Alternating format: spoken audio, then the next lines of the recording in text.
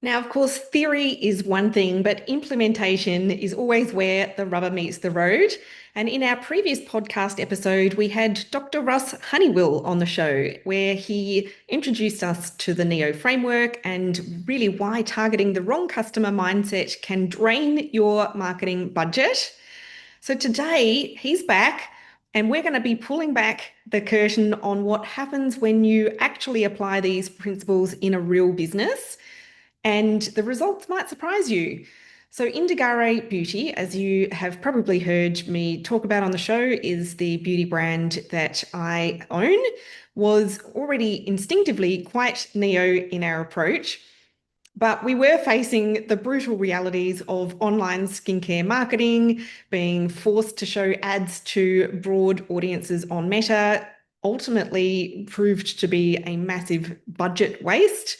We were unknowingly running some campaigns that were actively repelling those ideal Neo customers. And we were competing in one of the most saturated product categories online. And I know that last fact there is going to be something that many of you listeners also are experiencing. Add to that the inherent challenge that a lot of customers find it difficult to buy skincare online. And, that kind of perceived risk of buying something online, particularly from a brand someone might never have bought from before, is a challenge that would also be experienced by many of you listeners. With skincare, it's one of those things where lots of people would much prefer to try it before they buy. And, so that is obviously impossible when you're selling online. And so with all of those things together, you've got a recipe for really expensive customer acquisition headaches. So despite having quality products and really passionate founders and people working in the business and in the brand, and some amazing customers as well who've been with us for a really long time, we as a team, we were kind of spinning our wheels a little bit with really high perceived risk and struggling to cut through the noise in an incredibly competitive market. And so with all of that, when the opportunity came up to work with Dr. Honeywill, I of course jumped at the chance.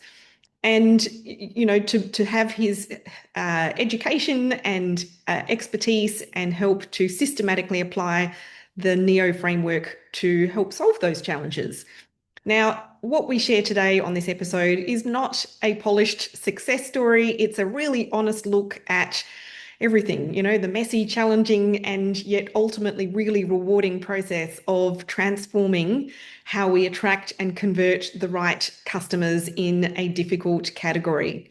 So in this conversation, Ross and I dive into the specific strategies that we implemented, from refining our targeting to redesigning our customer journey, some of the mistakes we might have made along the way, but most importantly, the measurable results that we've seen so far, which is really exciting. So whether you're dealing with similar challenges in competitive markets or you're skeptical about whether psychological segmentation can actually move the needle, I think this episode is going to give you the unvarnished truth about what it takes to make the NEO approach work in practice. So without further ado, let us welcome Ross back to the show. So welcome again to the show, Ross. We had a Thank you, great, Kath. we had a great conversation the other day. So today we're going to dive into, I guess, probably my kind of initiation into the world of Neo and what we've been working on with Indagare Beauty in particular since meeting you. Yeah, and I hope it hasn't been too painful. Oh, look, on the contrary, it's been really kind of reinvigorating my enthusiasm and interest in you know, I love learning new stuff and when you have a whole lot of new ideas and things that you can try, it's just, I get really excited. So it's been good. And I'm delighted to hear it. Yes. And of course, some really good results so far. But before we kind of get into that, I guess I should probably talk about what Indagari was like before. Yeah. And I guess I'd kind of like to hear your take on that as well. You're not in deep with the brand like I am, but you look at these things all the time. But in terms of where it started and what the intention was for the brand when it first launched, it was really kind of going for that affordable luxury, if that's even a Yeah, possible thing. And it's a thing. yeah, and definitely aimed at a slightly more mature audience who, obviously skin changes as we age, but also who want something really natural and, non-toxic and all of that kind of stuff. But that's really as far as we'd gotten in terms of articulating the brand. Well, I mean, from a brand point of view, the relatively, given that I'm not a huge skincare purchaser, but I've had a look at the brand, and I think what you're doing with the brand is great. I think the sense of premium brand, that kind of moving towards luxury product that people can afford, is good, and the packaging looks great. I think the whole thing looks sensational, and from my point of view, immediately struck me as a very neo brand. So I think that's what we can explore today. Yeah. Oh, that's excellent. I love packaging, just as an aside. Mm. So do I, and I have for so many It's years. not beautiful. It's not finished. I remember, 30 years ago when you were two, and we, were very involved in packaging, design for wine labels and all kinds of things with really wonderful designers. And it was just one of the greatest periods of my career because it's so invigorating. I think I'll just tell you a quick anecdote. There's a photograph I have of a spray can wording on a back lane fence in Carlton in Melbourne, very neo territory. Mhm. It just had three words. It just said, "Let beauty linger." Hmm. And kind of became my neo mantra for years, "Let beauty linger." And it's just really gorgeous. So Yeah. what a place to find it. Yeah, totally. Well, you know what? The Indagare packaging is kind of like that because our hero oils have these beautiful hard cardboard cylinder packaging and they look beautiful. But you reuse them again and again. And customers always say that they love the packaging and they take it on holidays because it transports their stuff without spilling it and all of this kind of stuff. So anyway, there you go. Didn't think we'd talk about that. Gift with purchase. That's right. So, super quick backstory with Indagare in terms of the challenges that we've had. So, we acquired the brand in June last year. So, we've had it for a little bit over a year. Wow.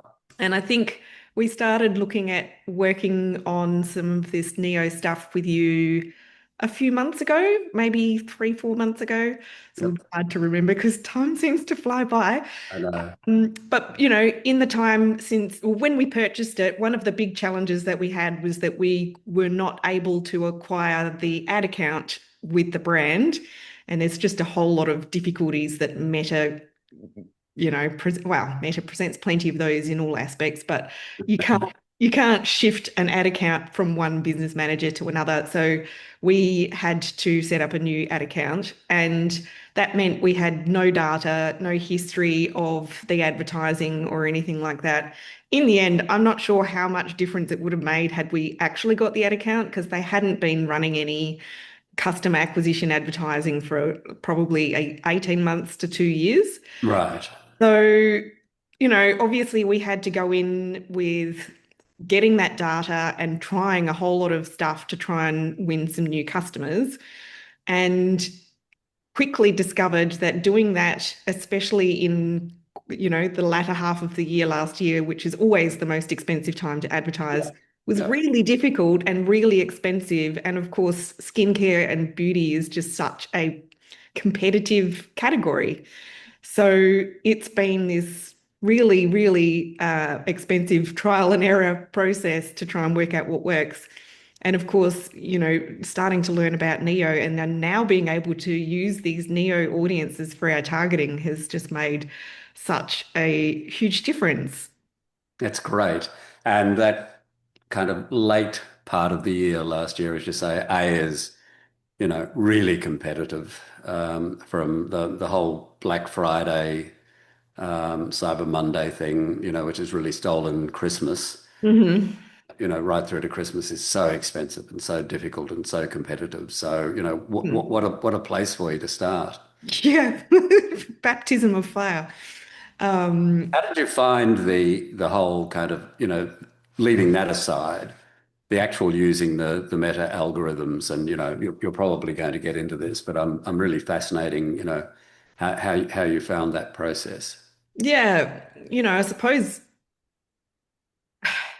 there's always this push-pull with this platform. And, on the one hand, Meta wants everybody to go super broad and Yeah. just to let the algorithm do its thing. Apparently, it's the most clever thing in the world and blah, blah, blah. I mean, that they also want to have free reign with creating AI imagery and stuff like that. And it's like, oh, that looks terrible. Don't get rid of my beautiful images. Anyway, um, it's not clever enough to find the Indagare customers. So then, of course, we started using some of the interest targeting, but that's so hit and miss as well.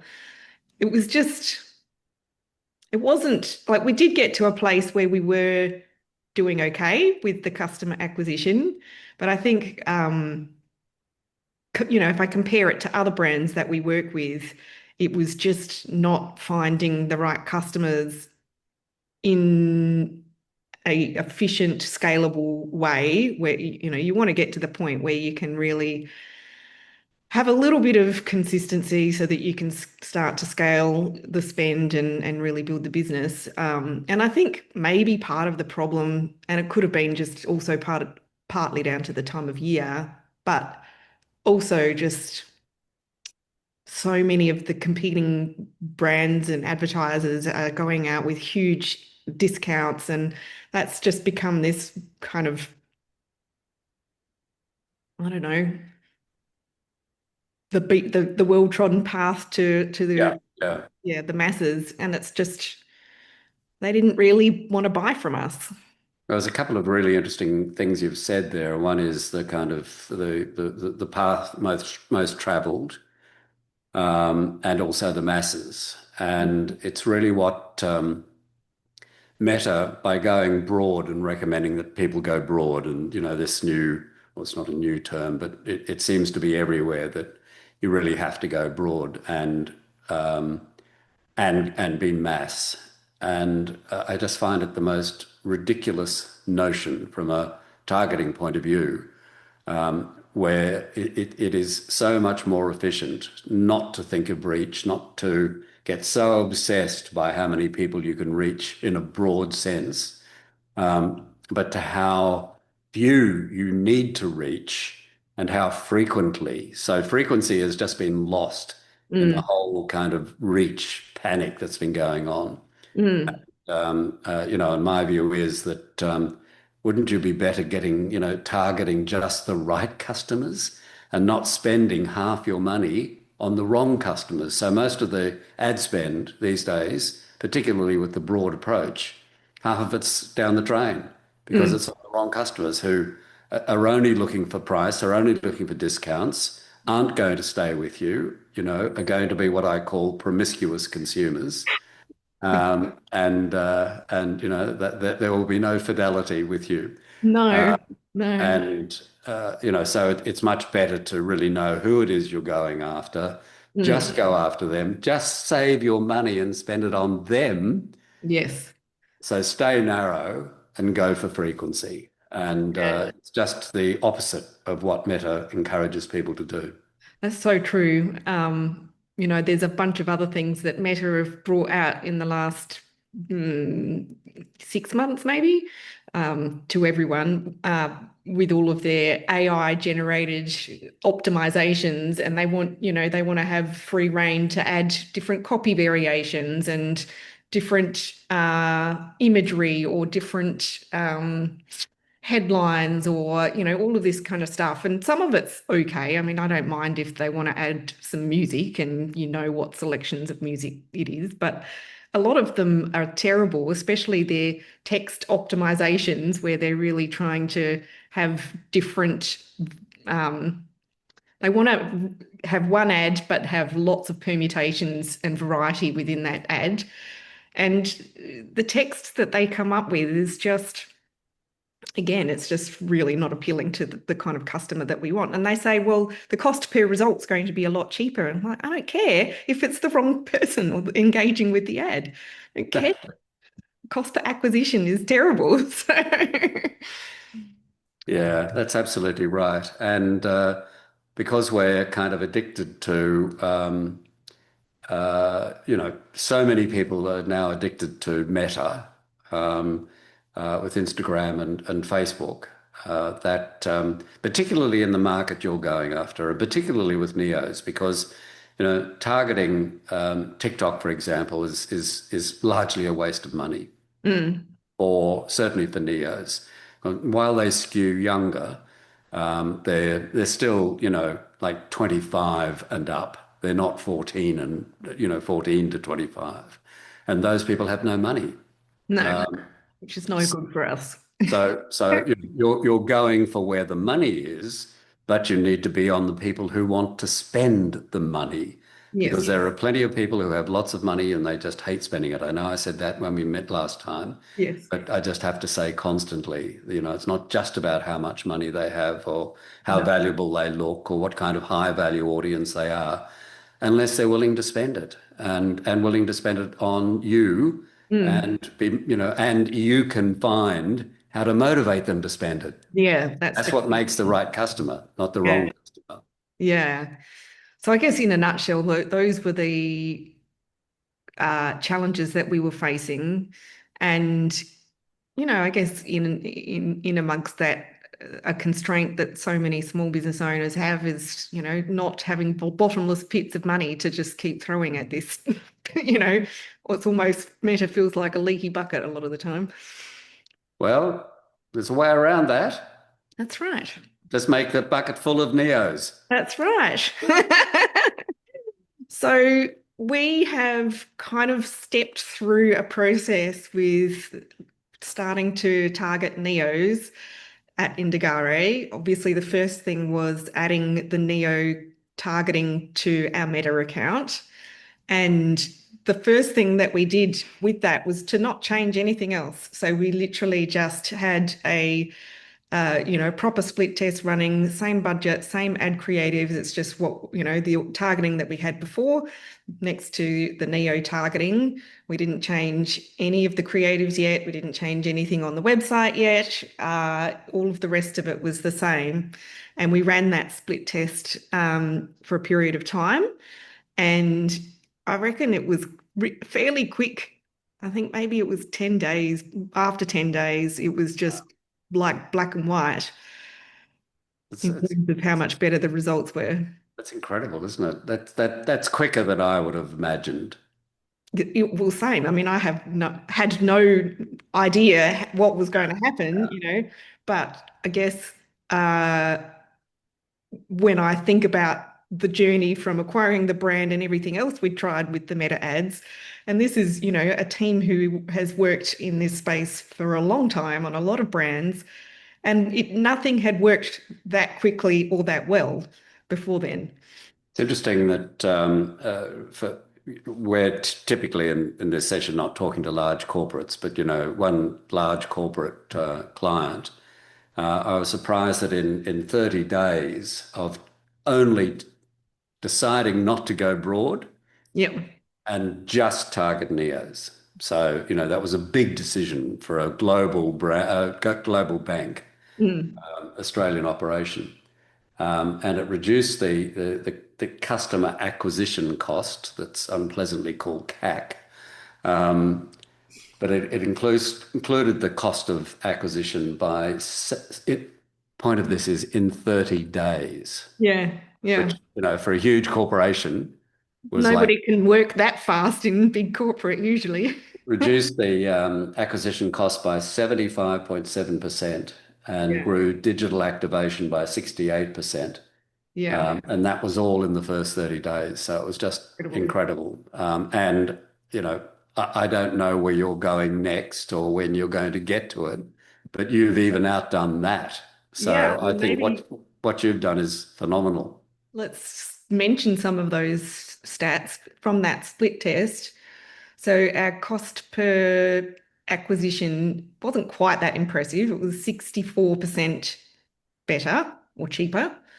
But what was really exciting for me, I mean, so same, obviously there was the same spend across both audiences in this split test. So conversion rate was 176% improved in the neo audiences. And that's a critical metric. That conversion is like one of the like two or three most important.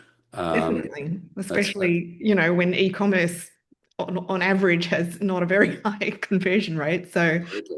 that was amazing. And then the other one that was really exciting was our average order value was 45% higher, which I'm sure does not surprise you.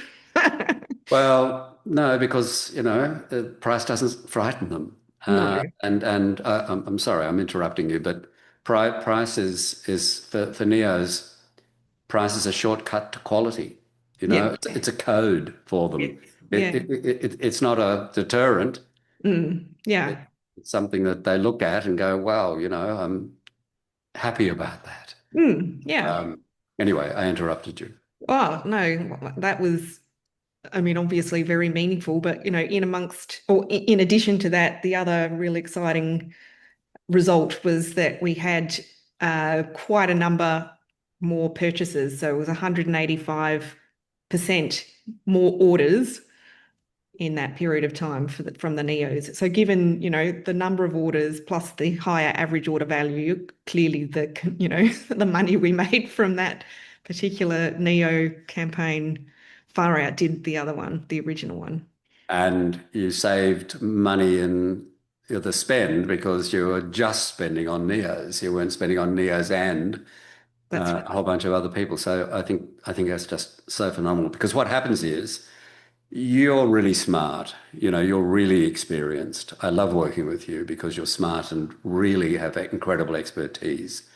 And what you do is you would be smart enough to put together in Meta enough of their factors to do a good job. So the fact that we kind of crushed that is really impressive. so quickly as well. And quickly, but there would be lots of neos in that.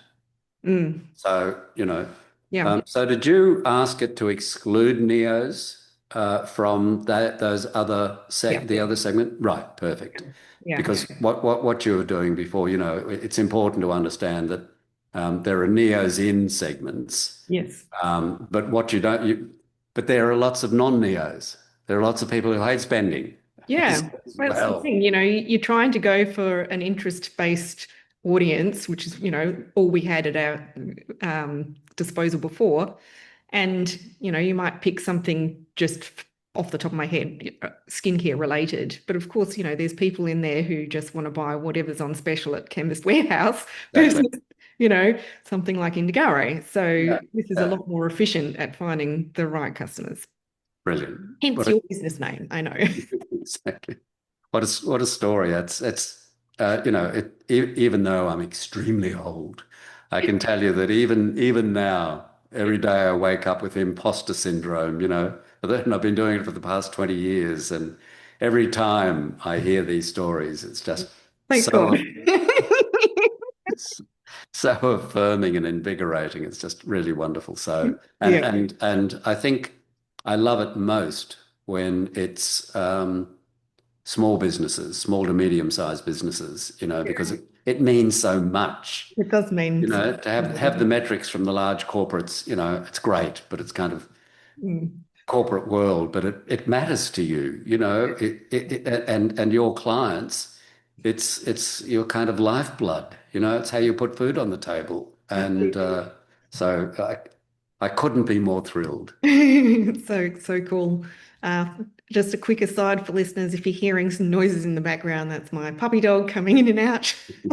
If I didn't leave the door open, he'd just bark, which is even more annoying. So, so obviously, we got started with the targeting with the neo audiences in meta ads, but with that first test, obviously we were just using our original ad creatives, and then you very kindly did two audits for us. One was the brand audit and looking through, I guess, the website and anything else that was front facing that you could review, and then also did the same. It was like a creative review of our ad creatives, and basically to tell me how neo we were, uh, and how good or bad of a job. But I mean, before we talk about those reviews, did you want to sort of talk through what you do in when you're doing those? Yeah, I think what we've done is to, I'm just going to call up yours. I think the thing we've done is to get AI. Really, I've spent a huge amount of time working on AI tools. So I've developed a system really for the first time of what's known as agentic AI meeting consumer psychology.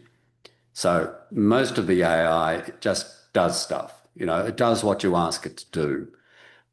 So there are two things going on. The When you have agentic, which simply means like neos who have agency, and agency is simply autonomy. They make up their own mind. They're the architects of their own life experiences, their own life outcomes. They don't wait to knock on the door. They build the door and walk through it. I love that. And so that's having agency, being in control of your own life. And agentic is just the adjective from that. But agentic AI, which I've spent a huge amount of time, effort, and money developing this system, really brings the best of the neo mindset psychology and all the neuroscience that underpins it and everything else, and kind of bombs it into an AI system to make it a learning loop. So it's constantly reinventing itself. It's just the most phenomenal system. And what it does is allow me to have a whole bunch of tools, of apps, effectively. And they range from things like the brand diagnosis, which is what we did with you, that I'll talk about a little in a minute. The creative diagnosis, and I'm happy to talk about that.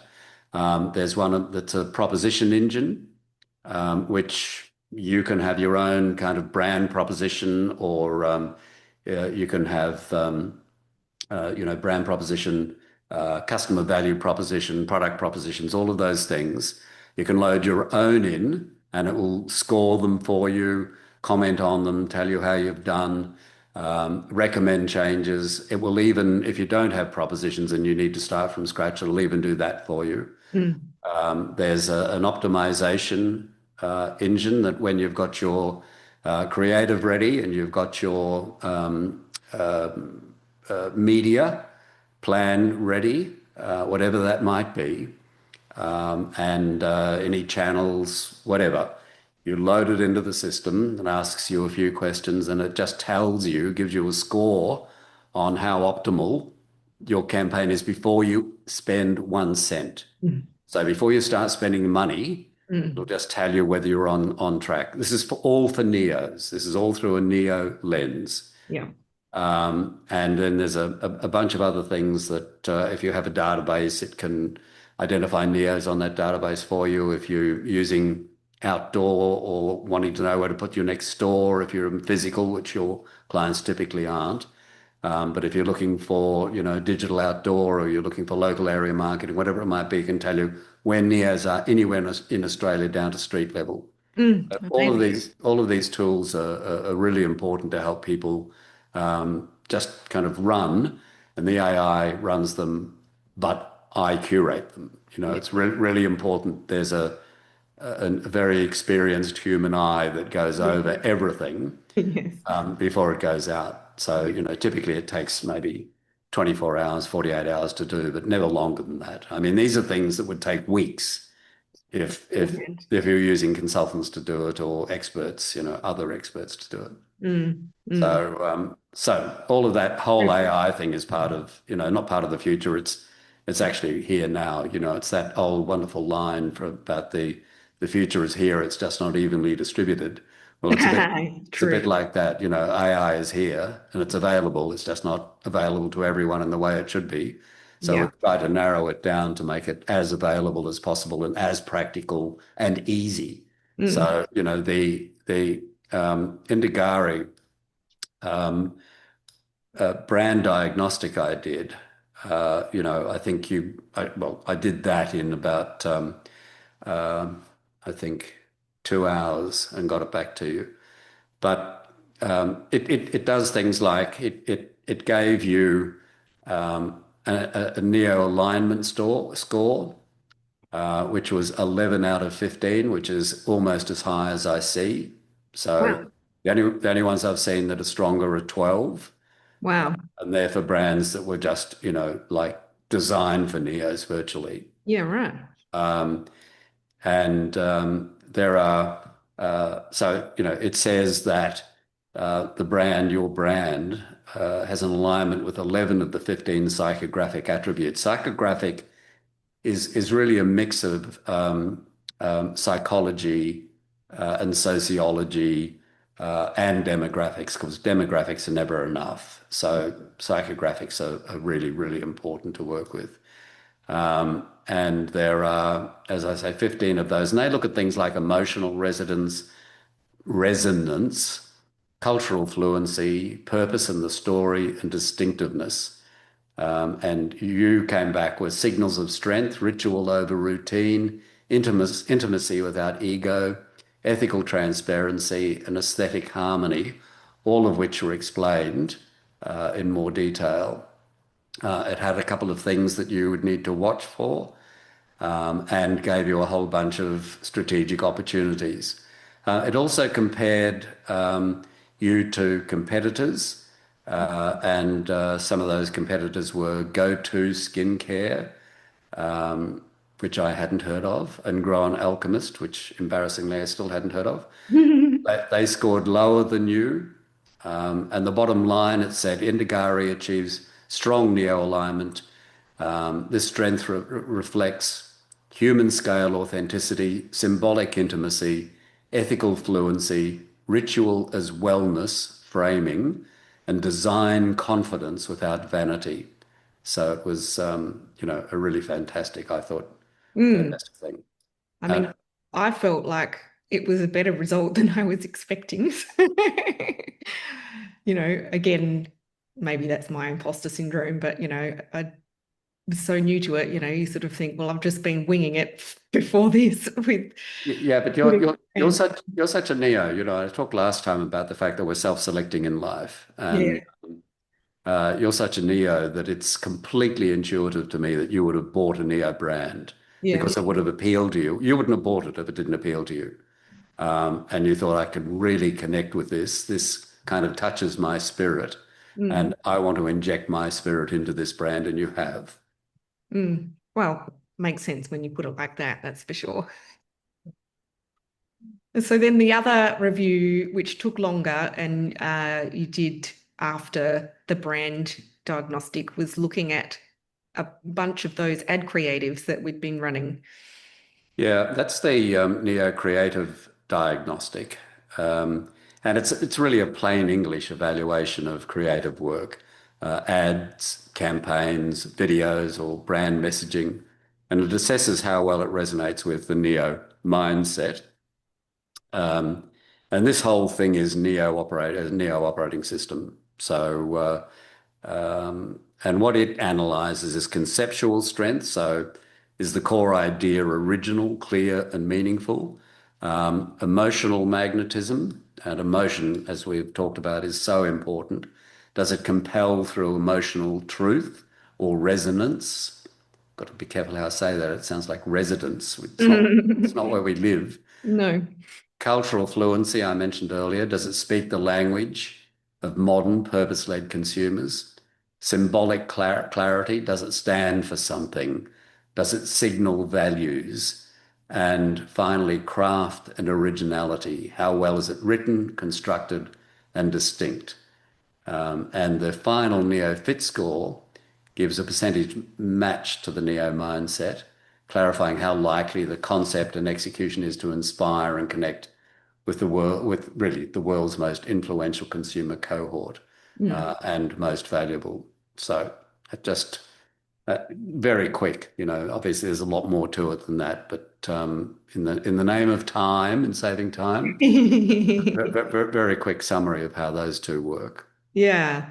And I guess with the creatives that you were reviewing for us, there was one that was definitely a lot lower in the score than the rest, and which is was actually as much of a useful learning tool for me as anything else because Did then you love it? the comparison.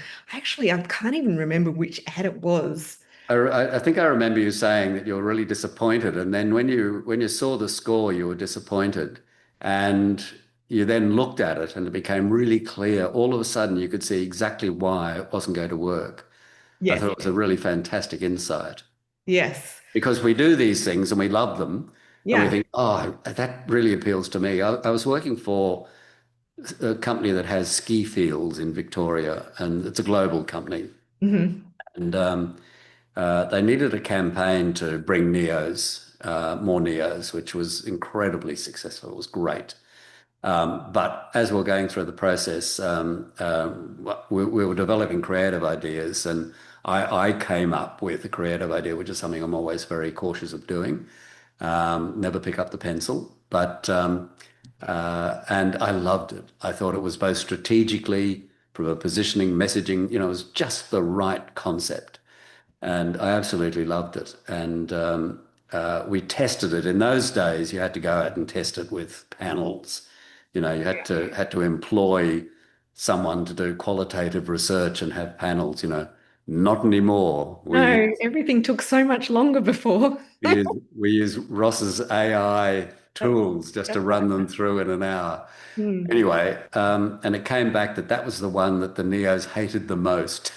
I don't know, I was devastated. Oh no. I was so sad. I thought it was so clever. I was so full of myself, but it just shows you've got to be extremely careful. A sample size of one is a very poor kind of research. So using this kind of diagnostic It's that brings so so useful. many, and it's built on 850,000 respondents, on Yeah. the data from that. So you Yeah. can't argue with that. No, I mean, I guess from my experience working with clients in our business here,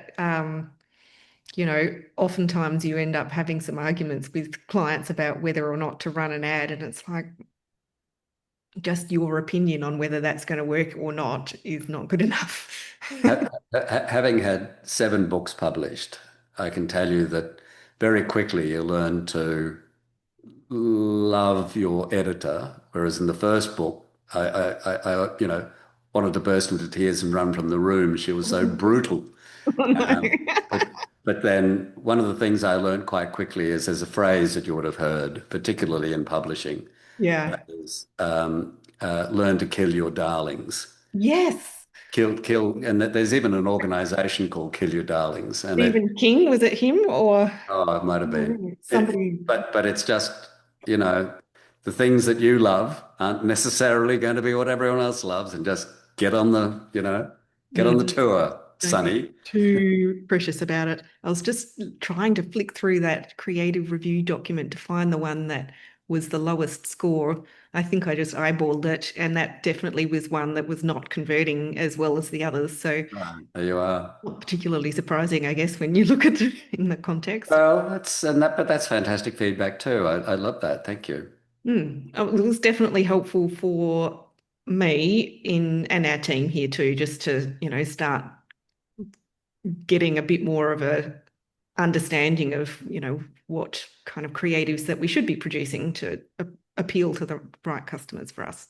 Can I just ask about your team? You immediate, because you're a neo, what happens is neos get neos, the whole concept immediately. Other people go, well, not sure, but then they hear the evidence and it takes them longer, but they kind of come at a rational approach rather than an emotional approach. Yeah. How did your team react when you first brought the whole neo thing to them? Were there any, was there any pushback? Were there any skeptics in? I honestly don't think any of my team would have been pushing back in a difficult way, but there's definitely a couple of non-neos on my team, but Right, neither of them have actually one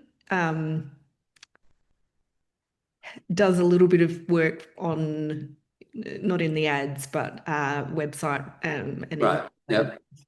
the other one has nothing. She's not involved in any of this stuff. So for her, it was more really, but just because her brain doesn't work like that. Yeah, yeah, yeah. But Narelle, who does work directly with me on Indagare, is maybe not quite a Neo, but the one under that. Yeah, the aspiring neo. Yeah. So yeah, she got it straight away as well. All right. Oh, that's good. Often there's pushback by someone, Mm, and I found that they're the ones that you can bring them along. mm, And from a client point of view, if you have a client that isn't a neo, it's kind of harder, but they're weak in the face of evidence. yeah. They're weak in the face of science. Yes. So once you start doing that, they get it. But the trick is to realize that when the going gets tough, and if sales are dropping, the economy is tanking, you're really kind of getting a bit panicky. They're the ones that will revert to type. They'll kind of fall. I think we touched on this last time, but Yeah. they'll kind of revert to, oh, we've got a discount, got to, and they're the ones you really have to bring along with you. Yeah. I've definitely had some clients like that over the years. Yeah. But when you've got neo clients, they're just kind of totally, yeah, I get it, move on. Yeah. Yeah. Let's just do it. Yeah, exactly. So the other kind of assessment thing that I did alongside your two diagnostics for me was surveying our regular customers as well, and mainly to, I mean, there were a bunch of kind of multiple choice or closed-ended questions, and then there was one that was open-ended and really trying to get as much detail from them as possible. And then I loaded that information into my Claude AI tool and along with your two diagnostics and just, trying to get a much better understanding of our best customers that we already have and, all the insights that I could get that's going to help us take that next step forward. So How did that go? Is that fun? I love doing that kind of thing. And, when you get customers, there was this one customer who I really want to reach out to actually and see if she'll let me interview her. She's in her 90s, but she Well, has been an Indagare customer for a long time. And she, in her younger years, worked in the beauty industry and would, use a lot of the most expensive premium brands. And now she just uses this and she's just gorgeous and such a lovely customer. But yeah, a lot of them, did say like they wrote quite a lot and, they shared quite a lot of their own thoughts and experiences and what they like and don't like. And yeah, it was a good exercise. oh, So, good on you. I mean, so few people do that, but that's brilliant for two reasons. One is it's the human touch. So mm, I talk about this whole world being about share of heart, not mhm, just share of wallet or share of voice or any of those things, but share of heart. And what you were doing was kind of increasing your share of heart with them because you were asking what they thought.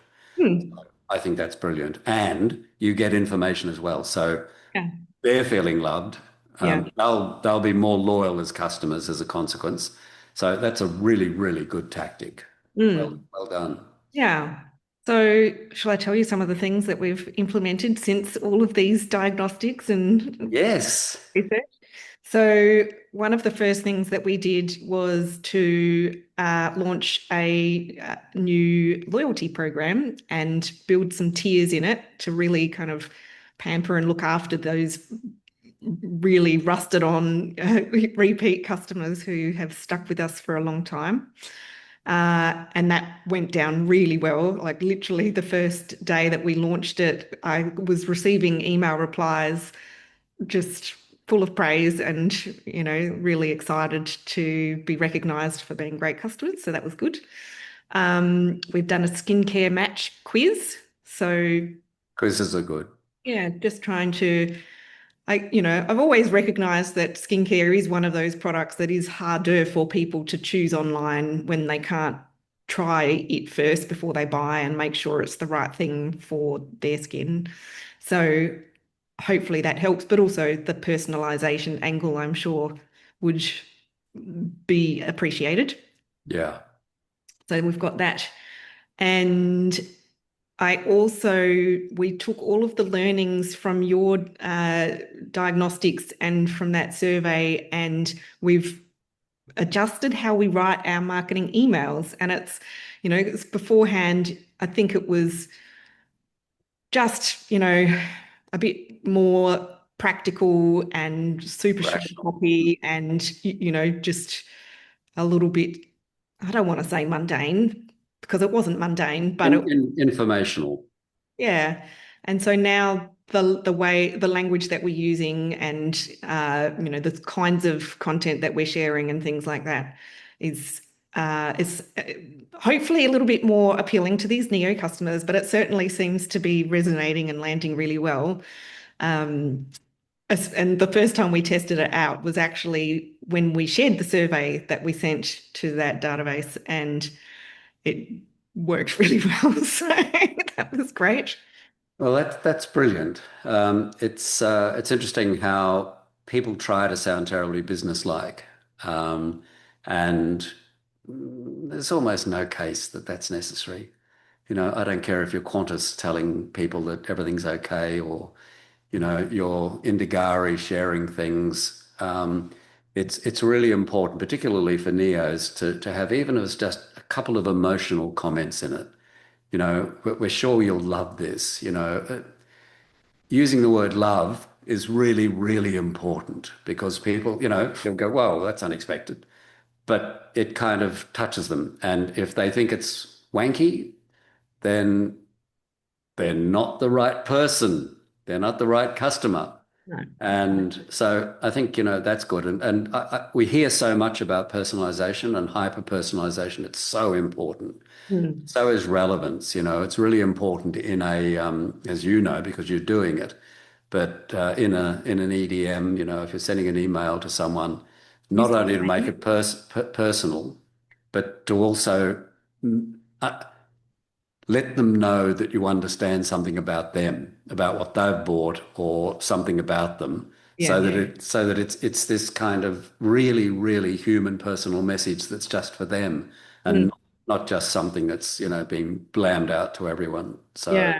that's the optimal. It's not easy for everyone. It's very labor intensive to do it, but if you're doing something really important, it's a really, really good idea.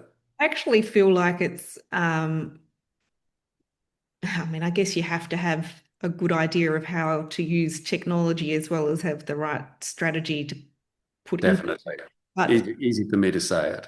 well, the tool that we're using now for all of the email side of things, and it integrates deeply into the shopping website as well, but you can personalize based on a whole lot of things so long as you've asked the questions in the first place. So one of the other strategies that we implemented since doing all of this was to with our we have a opt-in offer to to get people to subscribe to our email list, and it's a gift with purchase type offer. But in the past, that's all that was on there. Now we've got a selection where they can tell us what they're looking for, So if it's like they've got dry skin or they've got thinning, Right. whatever. And so that piece of information goes on their profile. Likewise, if they do our skincare match quiz, all of their answers go on their profile. And so you start to, the system starts to learn who this individual is. And then, perhaps if you're going to um, send an email to everyone who's got thinning hair, like you can just find those people in your Exactly. phone and you're Exactly. only sending the relevant stuff rather than sending everything to everyone, which is not at all personalized. So, And that's that relevance thing. I remember 20 years ago, um, there's a travel agency in Sydney called Mary Rossi Travel. And I used Mary Rossi Travel to organize a trip for my wife and I to Italy. And they made really good suggestions. And we had this most fantastic time. And about 2 years later, I called them for something just out of the blue. The person answered the phone and she said, "Hi, Ross. Do you still have really good recollections of that time we sent you to Bastia Crati wowzers. in Umbria?" And I thought, how on earth? I mean, I'm in the business. Yes. So, it did take me a nanosecond to think, well, she's just called me up on the computer Yeah. when she saw my number come through, or it surfaced my Yeah. details simply by my number coming in, and Yes. she was able just to refer to it. And it's a system they set up themselves. That's incredible. And I wanted to send money in brown paper bags to these people. Yes. I was so impressed. Yeah. Yes, we all get it. Yes, we know it's just technology, but nobody takes the time or the effort. It's so important to do it, isn't it? Absolutely. I think the other sort of minor change that we made is just literally me signing off personally rather than it being a brand that's got an anonymous person behind it. So, Yeah, definitely. Definitely. Don't you love regards and then the company name under it with not even a personal name, no signature, no no, nothing, I into mean, the bin. and it's the same on websites as well. I don't shop from websites if I go to the about page and there's no information about the Yeah. people who run the business. So of course it makes sense that it would help in emails as well. So Now I have to apologize. There's noises that come through on my computer while we're doing this, dinging noises. I don't know if you've heard them. no, not at all. My beloved is in another room sending me appointments, and I'd turned off everything before we even started this conversation. They're still coming through, so I'm sorry. No, that's okay. Can't hear a thing. As opposed to my puppy dog who was definitely audible. That's okay. So that's kind of where we're up to in our journey so far. I guess that, where we're at now is we've implemented a bunch of these things. It's only been really a couple of weeks since adding all of that new content to the website and to the emails and all of that kind of stuff. With the automated and dynamic personalization aspect in the emails, really we've got to let that run for a bit longer. It's been going for about 2, 3 weeks now, and I can tell in terms of opt-in rates and the way Klaviyo works, it'll show you it'll give you a conversion rate, but also $1 per recipient. So if, a sequence is sent to 1,000 individuals, it'll work out, even if only 10 of them bought, it'll work out what the dollar per recipient was. So even though it's only been going for about 3 weeks, I can still compare those results against what we had running before. And I was looking at that this morning. Here comes the dog, Lenny. Okay. And it was a difference of about $2 per recipient to about nearly $6 per Wow. recipient. So that's again, fairly quick. And given Three, I'm three asking, times. yeah, and I'm asking for more information up front. So, there's always that kind of belief that the more information you ask, the fewer subscribers you're going to get. But I don't care if I have fewer subscribers if they're all going to spend 3 times as much. I, So I say to clients, you have to learn which customers you need to sack. that's right. But the easiest thing is let them be opting in or opting out themselves, and so that's exactly what you're doing. So you're keeping the right customers and getting rid of the wrong customers. Yeah, yeah. So I am, feeling really confident that, all the improvements that we've seen so far are just going to continue. And I think I might have said this to you last time we met off recording, that I just can't wait to see a fourth quarter with this at my disposal Yeah. because it's such a hard time of year to be advertising, no matter what you're selling, but especially in skincare. Yeah. I asked my AI friend about that period and came back with some fantastic ideas. So I'll share them with you at another time. Yes, let's not give them all to the listeners. They can come and Not go all at with once. that. Oh dear. So I know that we are going to have some listeners who might possibly want to be able to access some of these tools, like the audience targeting and, maybe some of the diagnostics, or at least to be able to learn some more. And I know we are going to have a tool that we will create, a free one initially, like a bit of a resource. So I'm going to Yeah. share that when we've got that ready to go. Um, and then aside from that, people can work with either of us. And, if they want help with the meta ad side of things, they can definitely work with us. Yeah, Uh, I think they should come to you. I think on the show notes, is that the right term? I'm learning yes. about this. Yes. Um, we'll put how they get in touch with you and say what they'd like. And what we should do is list the things that they can ask for. Yeah. So, for example, there's a really fabulous animated Neo video. It's Oh, I only love that one. Mm. only about 6 or 7 minutes, but it's just gorgeous. Yeah. And it's had like 20,000 views. It's just Yeah. been so successful. Yeah. And one of the things I'd like to do, the latest Neo book is called Being Neo. Mm. And Mm. it really is about